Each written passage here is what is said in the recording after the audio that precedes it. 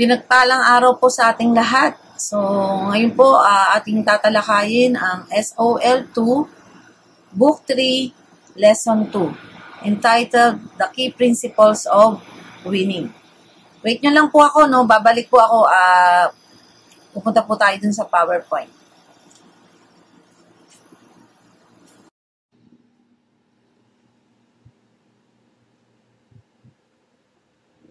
Now, we are going to discuss SOL 2, Book 3, Lesson 2, entitled Key Principles of Winning. Our biblical reference is from Isaiah 52, verse 1. Awake, awake, put on your strength, O Zion. Gumising ka, gumising ka. Jerusalem, panibagong lakas ka. Class objectives. The objectives of this lesson are, number 1, to become aware of the society's current condition and the challenges facing us so that we will keep our spiritual senses alert. Number 2, to understand the work and the power that the Holy Spirit brings to the ministry. And lastly, to learn some basic principles of ministerial growth. Before man sinned, the crown of multiplication belonged to him. No? Bago pa raw nagkasala ang tao, no? Talagang dinesign na ng Diyos na ang tao ay mag-multiply, no? mag-reproduce.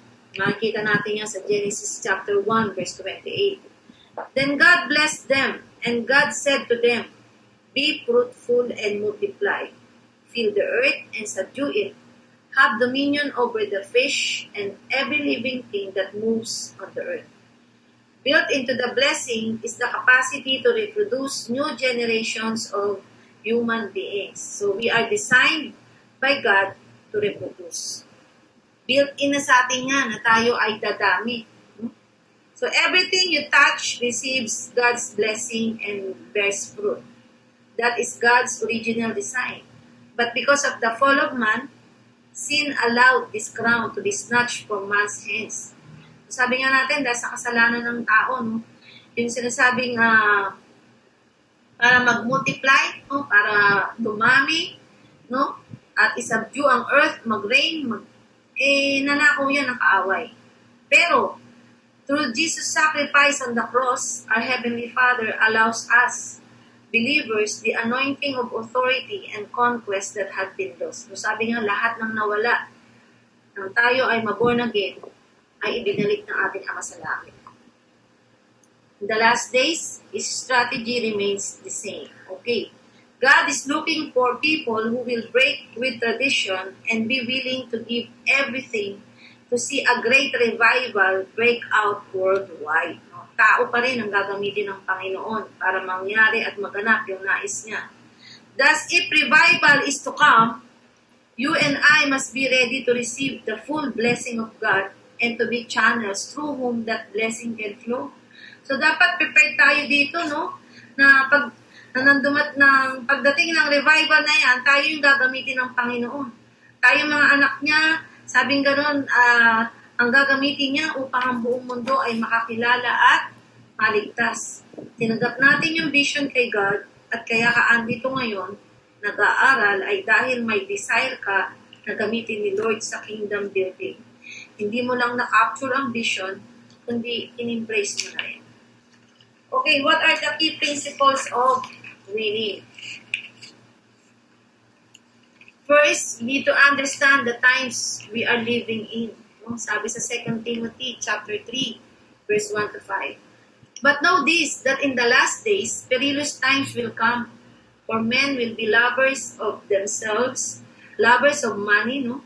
Boasters, proud, blasphemers, disobedient to parents, unthankful, unholy. Nakikita natin ngayon yan, no? Maraming mga kabataan ngayon ang hindi na sumusunod sa mga gulang nila, ang hindi sumusunod sa mga leader. Okay, sabi, unloving, unforgiving, slanderers, without self-control, brutal, despisers of good, traitors, headstrong, haughty, lovers of pleasure rather than lovers of God, having a form of godliness but denying its power, and from such people turn away. So nakikita natin, no? This is the the signs of the times na talaga na malapit nang dumating ang Panginoon. Kasi nowadays talagang nakikita natin na ang tao ngayon talagang sabi nga natin is pasama na sila ng pasama. So we must be aware of the fact that we are living in the last days. The church must therefore strive to keep its senses of urgency to reach out to humanity. So urgent yung call ni Lord sa atin, no? Para i-reach out yung mga tao with the message of Christ, the message of reconciliation. Nowadays, kung mapapansin natin, sabi nga natin kanina, pasama ng pasama ang tao. Ang mundo ngayon ay nasa gitna ng pandemya, kahirapan, sakit sa salapi, kapangyarihan. Ang iba naman ay suwain sa magulang, mayabang, lapastangan sa Diyos.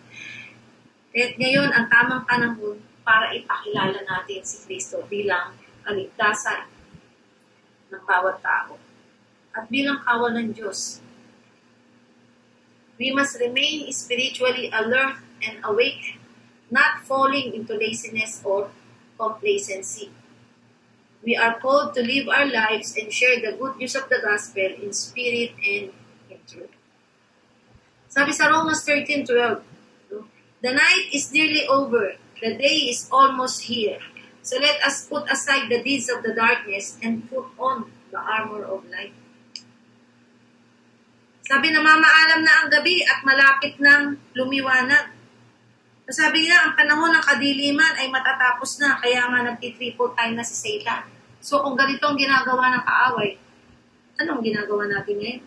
Sabi nga, night represents the deeds of darkness. No? Yung kadiliman, itong nagre-represent sa ginagawa ng mananakmal. However, before His return, Jesus will bring all things to light. No? Sabi nga, malapit nang dumating ang Panginoon at bago mangyari yan, sabi, ang lahat ng bagay ay aayusin niya at ilalagay niya sa liwanag. Light represents holiness, goodness, grace, hope, and God's revelation.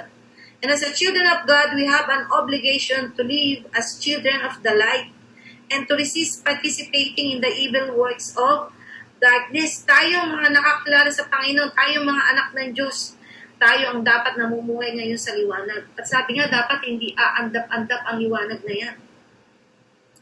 And we are to be a purifying salt and shining lights in a darkened and distasteful place. We should be an influencer, sabi ganun, no? We are to live honestly and righteously in the fear of the Lord, and we are to remember that although we live in the world, we are not of the world. Many of those who were considered faithful will stumble because the enemy's strategy is to cloud the senses of the church. He will place obstacles and arguments against us so that those who are unprepared and have not looked ahead will be overcome by the anxiety of the darkness and will be led into a deep sleep. No? Sabi nga tayo mismo, the very elect, no? Tayo mga pinili o tinawag ng Diyos, ay pwede pang madaya, no? Malinlang ng kasalukuyang sitwasyon na pinagdadaanan natin. No, sabi nga, nowadays, lalo na, ilang taon na tayo nandito sa thesis na to, no? Marami sa atin na kahit na born again, no, mga pasto, no? Maraming namamatay sa COVID at maraming mga tanong yan na nilalagay sa puso ng isang Kristiyano. Maraming walang trabaho, maraming disconnected. Ang tao ngayon, hindi na nakafocus sa kingdom building, nakafocus na sila sa problema. At yung mga bagay na yan, mga problemang dinadaanan natin ngayon, ang ginagamit ng kaaway para tayong madaya. Kaya dapat alert tayo. Kaya kailangan nating mag-aral at maghanda at hindi makampante, kundi magiging gising at gawin ang divine assignment natin. Okay, the church needs to open our spiritual eyes. We need to understand the times we are living in. To go out and look for the lost. No? Ito yung divine assignment natin. And to wake up from our spiritual slumber. Yan, baka kasi iba sa atin natutulog pa eh. So kaya ginigising tayo ngayon. But what can a church do if she herself is sleeping? Ano nga mangyayari to kung ikaw mismo nagagamitin ng Diyos to become an agent of change ay kasalukuyang natutulog? kasalukuyang tinatamad at ayaw magpagamit sa ubasan ng Panginoon.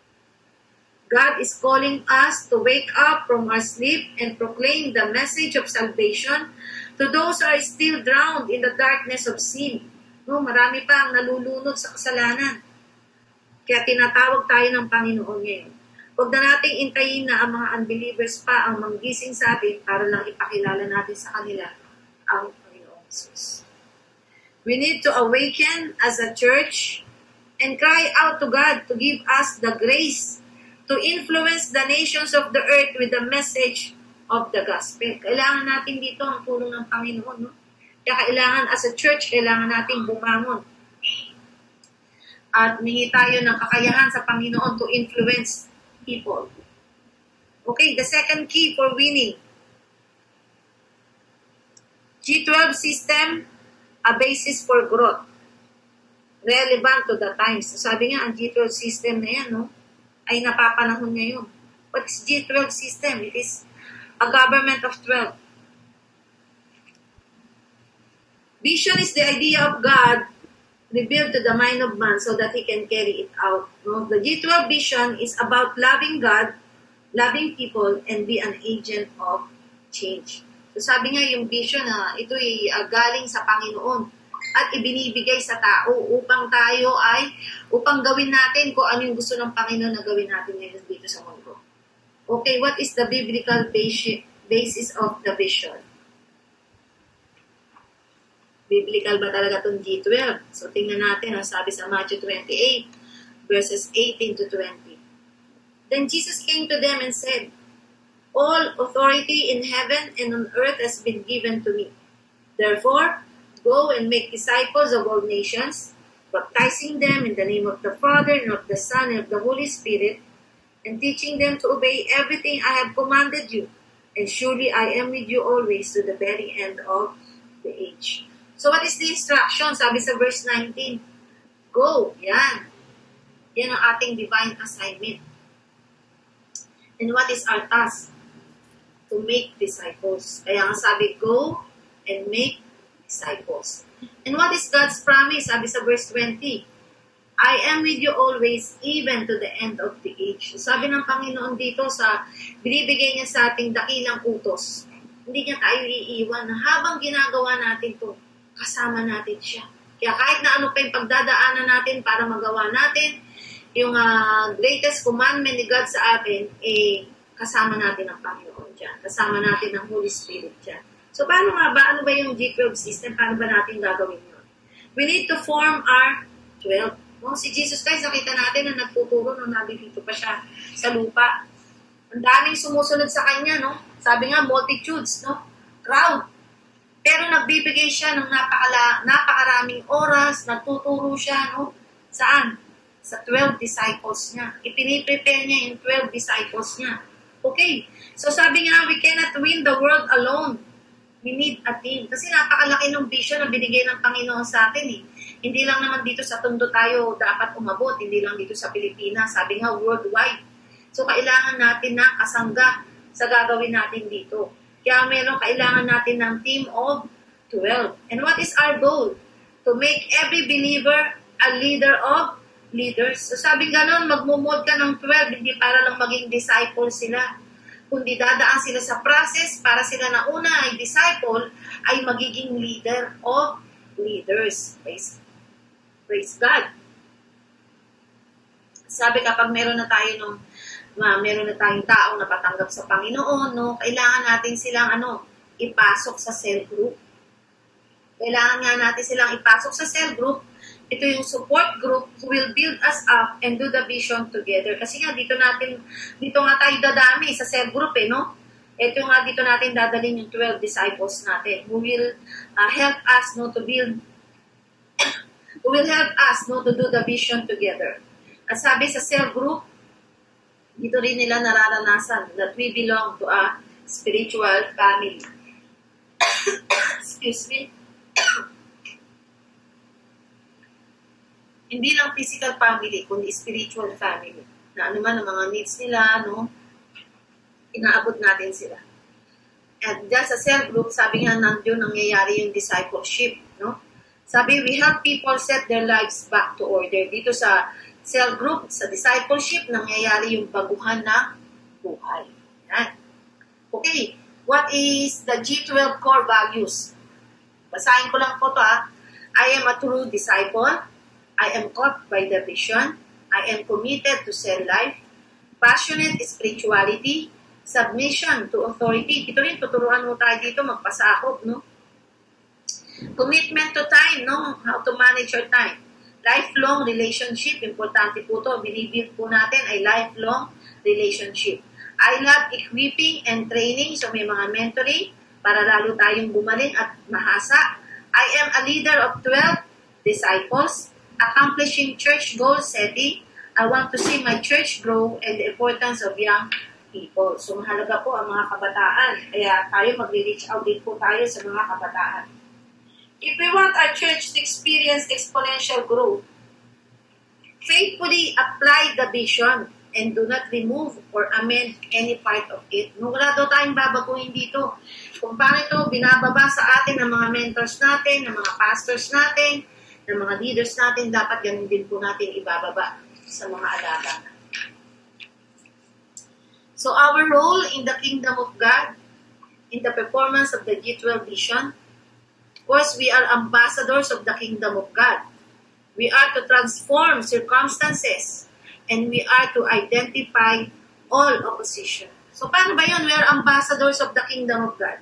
Sabi po sa 2 Corinthians chapter 5, verse 20, Now then, we are ambassadors for Christ as though God were pleading through us. We implore you on Christ's behalf, be reconciled to God. So, we are an extension of God's hand and feet, no? We have been raised up as a voice of this generation. So, we represent Christ to people. We are God's instrument, no? Inaabot po natin yung mga tao, pumupunta po tayo sa kanila, no? Di ba? Kaya nga tayo yung representative ni Lord para sa mga tao.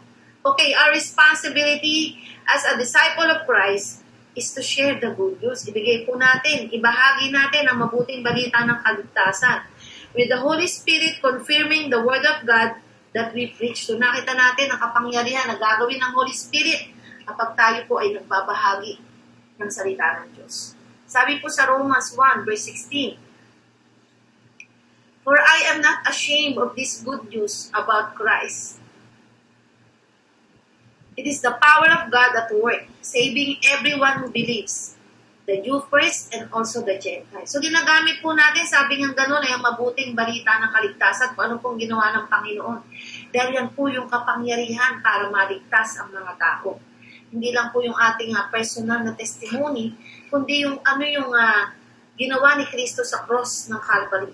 Okay, Christ commissioned us to be messengers for the kingdom of heaven. Tayo yung inutusan ng Panginoon para ibigay ang mensahe ng kaligtasan sa tao. And Jesus has sent us as His ambassadors. And the presence of the Holy Spirit in our lives is what gives us both the legal right and the power to devote ourselves to represent Him perfectly in this world. O bakit tayo may legal right to represent Jesus Christ? It is because of the Holy Spirit. At yung power, sabi nga, galing din po yan sa Holy Spirit. Okay. So, we are to transform circumstances. Sabi po sa Acts 1:8, But you will receive power when the Holy Spirit comes on you, and you will be my witnesses in Jerusalem, and in all Judea and Samaria, and to the ends of the earth. Makita natin, we have been delegated the authority from Jesus Christ. Kung ano man yung kapamalaan na meron tayo ngayon, no? Authority, lahat pong yan, ibinigay lang po ng Panginoon sa atin. Sabi, Jesus Himself opened the way for us by promising that we would receive power when the Holy Spirit comes upon us. And it is not an ordinary power, but the dunamis power of God, the power that raised Jesus from the dead. Nung sabi na mabuwan again ka, nang mabaptize ka ng Holy Spirit, sabi you have the dunamis power. Hindi lang ordinaryong kapangyarihan ang meron sa'yo. Kaya nga sabi, fully loaded kayo. No? But the dunamis power, and what is that power? The power that raised Jesus from the dead. No? Yung kapangyarihan na kung saan binuhay ang Panginoong Jesus mula sa kamatayan. Yan yung kapangyarihan na meron tayo na ginagamit natin kapag tayo ay nagmi-minister sa tao, kapag tayo nag-lay hands ng ating mga kamay sa mga may sakit, no, yung pananampalataya natin na sila ay gagaling. Mangyayari yan, magkakaroon ng manifestation, hindi dahil magaling ka, kundi yung galing na yun ay galing sa kapangyarihan ng Banal na Espiritu. Amen. So we need to understand that when the power of God comes upon us, our weaknesses are changed into a great strength in God. Yan ito po ang tao, no, kapag meron tayong kahinaan, sabi niya, yung kahinaan na yun, manalangin ka sa Panginoon, magkaroon ka ng pananampalataya na yung kahinaan na yun, ipapalitan ng Panginoon, ng Banal na Espiritu, at yun yung magiging kalakasan mo. So, wag po natin basta lang, ay, alam ko naman na may Holy Spirit sa akin. Pero anong ginagawa natin? So, nire-recognize ba natin ang Holy Spirit na kumikilos sa buhay natin? No, dapat nire-recognize natin siya. At humingi tayo ng tulong sa Kanya. He is our helper. No? Ibinigay ng Panginoon ang Holy Spirit for us para hindi tayo maging ulila dito sa mundo, kundi parang makatuwang natin sa ginagawa natin sa ministry. At para sa pagbabagong buhay na ginagawa natin. Kapangyarihan ng Holy Spirit yan. So God gave us this power to live devotional, maging devoted tayo kay Lord. Pure and holy lives, no? Karoon tayo ng kabanalan. Sabi, He changed our hearts, minds, nagkakaroon tayo ng renewing of the mind, goals and dreams, no? Sabi, ang Holy Spirit, ang kasangkapan, ang gumagalaw sa buhay natin, bakit tayo nababago? May we be willing to die to self, no? Diba? Kaya mo bang, sabi nga nun, ang papatayin mo yung sarili mong kagustuhan at mamumuhay ka ayon sa sakdal na kalooban ng Diyos, no? At dahil doon, lulukuban ka ng kapangyarihan ng Espiritu Santo at magkakaroon ka ng boldness na ipahayag ang message of reconciliation sa mga taong iyong makakasalamuha. Kaya nga wala po tayong pwedeng idahilan kasi nasa atin na nga ang Holy Spirit. Siya yung tumutulong sa atin, no? To proclaim the gospel of Christ in the power of His might. Kaya nga sabi natin gano'n, we need to recognize the Holy Spirit sa buhay natin every day. Hallelujah. Sabi, ano pa? We are to identify all opposition.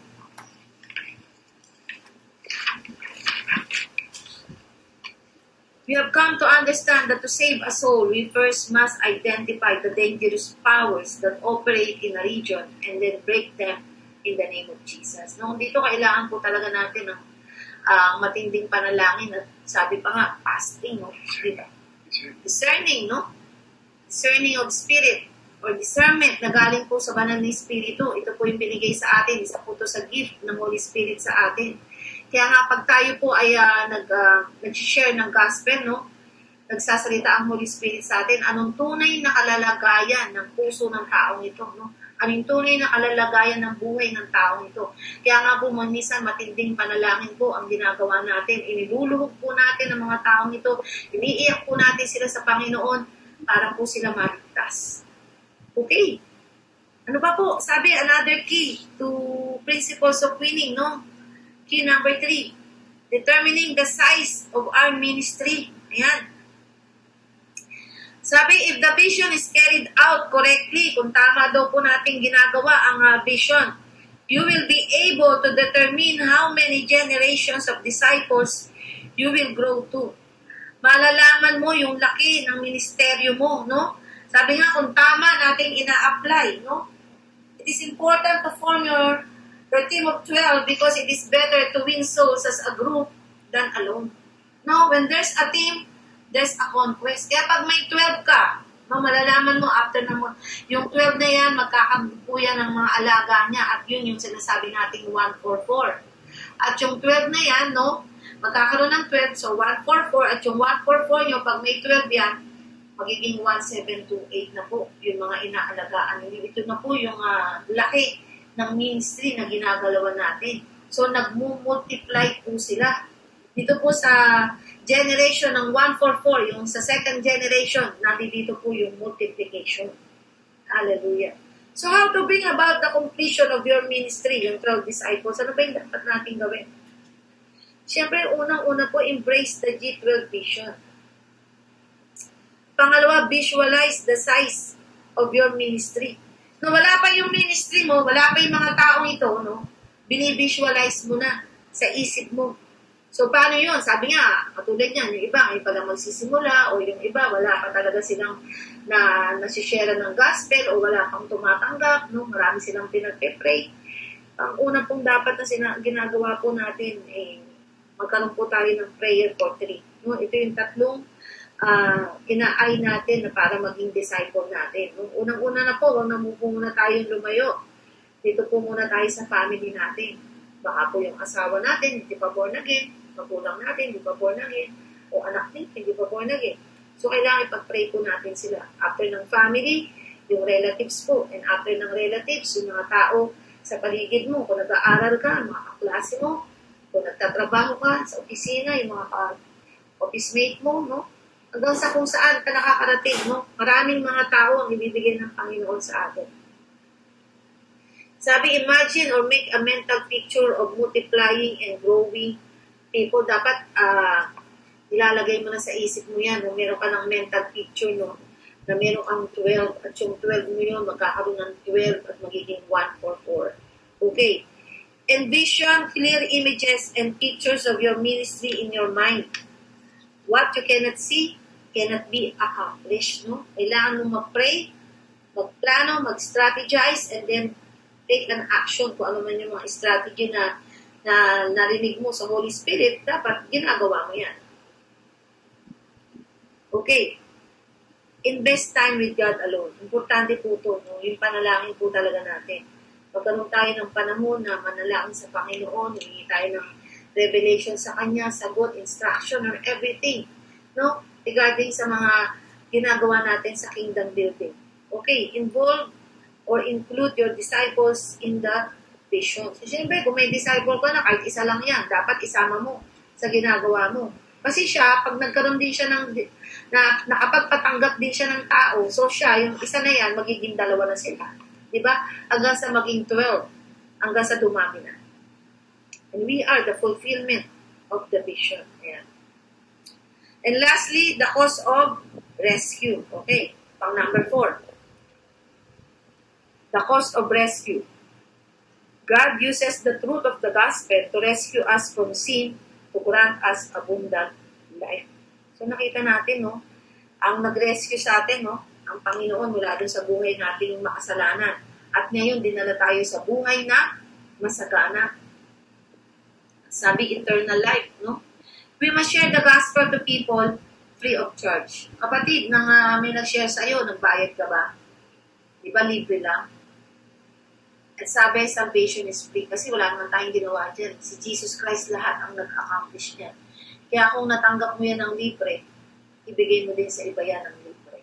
Sabi po sa Romans 10, so paano mo gagawin yun? Romans 10, 14-15. How then can they call on the one they have not believed in? No? Ano ba naman nila? Paano nga ba kung paano sa mga naniniwala, di ba? Sabi, and how can they believe in the one of whom they have not heard? Paano sila maniniwala kung wala namang nagbabalita sa kanila? And how can they hear without someone preaching to them? And how can anyone preach unless they are sent? So, hindi nila malalaman kung ano yung mabuting balita kung walang mag-preach sa kanila, kung walang magdadala sa kanila ng mabuting balita na yan. As it is written, how beautiful are the feet of those who bring good news. Kung nire-recommend pa tayo, di ba? Sabi, na ang mga tao raw na may dala ng mabuting balita, sabi gano'n, ay talagang ginagamit ng Panginoon kahit saang lugar. No? We have that beautiful feet. No? So bakit? The gospel is a message that produces joy, peace, and hope. No? Yung dala-dala nating balita, may dalang nagpupudo sa tao ng kagalakan, kapayapaan, at pag-asa. Lalo na sa panahon ito, no? Kailangan ng tao talaga ang pag-asa. Through faith, we transmit hope to people and teach them to depend completely on God sa pamamagitan daw po ng pananampalataya. Okay, so the message we preach is a message of peace, of restoration, of homes and finances, of renewed health, and of restitution in every area of people's lives. So yung mensaheng dala-dala po natin, ito po ay mensahe ng kapayapaan. Bakit? Sa loob ng tahanan, kailangan ng kapayapaan kapag ang isang pamilya walang ginawa kundi mag-away. Okay? Sabi nga ni Lord, I give you the peace that the world cannot give. No? Yung peace na yan, sa Panginoon lang natin makukuha yan. Sabi, mensahe ng kaayusan sa pamilya. No? Hindi lang sa pamilya, kaayusan, maging sa pinansyal. No? Yan ang mensahe na dala-dala natin. Mensahe ng renewed health. So maraming mga tao ngayon ang nangangailangan ng kagalingan. So very timely talaga na ipakilala natin sila sa kanila si Jesus Christ as our healer, no? And then, and of restitution in every area of people's lives. Yung panunumbalik ng kaayusan sa lahat ng area ng buhay ng tao. Na yung lahat ng nawala, ibabalik ng Panginoon sa atin yan. Ibabalik ng Panginoon sa kanila yan. Kung ano yung naranasan mo nang tinanggap mo ang Panginoon, yung pag-ibig ng Diyos, yung pagpapatawad ng Diyos, yung buhay na masagana, dapat ibigay din natin sa iba yan. Dapat maranasan din nila yan. Sabi nga, ang pinaka-importante, yung mga tao magkaroon ng eternal life na kasama ang Panginoon. Sabi, habang buhay at hindi mapunta sa kasasablaan nila kung hindi nila tatanggapin. Okay, and for the conclusion, sa ating pagtatapos, when we are able to recognize the spiritual atmosphere of these last times, the Lord awakens our hearts so that through the breath of His Spirit, we can give the breath of life to those who are dead in the darkness of their sins. We help them persevere in faith, applying the principles of the government of 12, which is the strategy that will bring order and vision to our ministries.